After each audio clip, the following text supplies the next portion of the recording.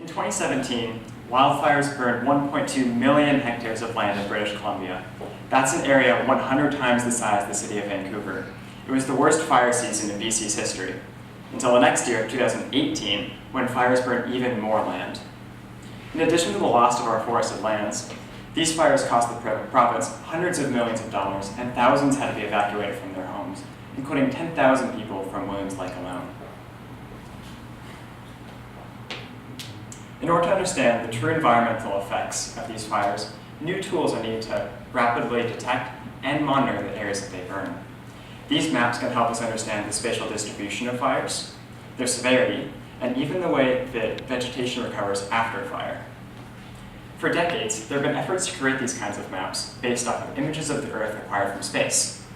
However, while traditional Earth observation satellites can produce very high-quality images, due to physical constraints, a single satellite can either produce detailed, high-resolution images or frequent images, but never both.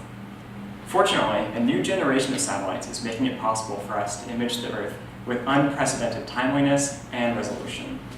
This is made possible by new miniature satellites called CubeSats.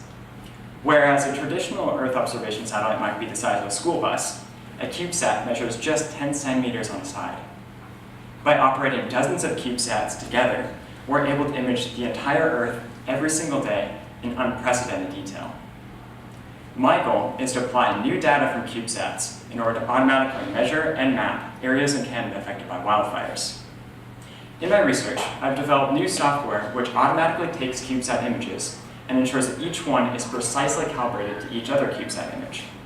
This allows us to detect very small changes in the health of vegetation. Next, the software takes each pixel and measures its behavior through time, looking for both sudden and gradual changes that can indicate burning or the regrowth of vegetation. What we end up with is a map at excellent spatial scale that can automatically identify burned areas at a frequency that has never before been possible. Our results show that this method dramatically improves the detectability of burned areas. In addition, the spatial scale and frequency of these maps are 10 times better than those based on traditional Earth observation satellites. These maps are helping us understand how fire is changing the landscape. They're also allowing us to look for invasive species that may be colonizing recently burned areas and quantify the damage to our forested lands.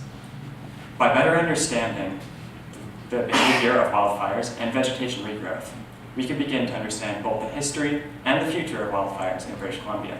Thank you.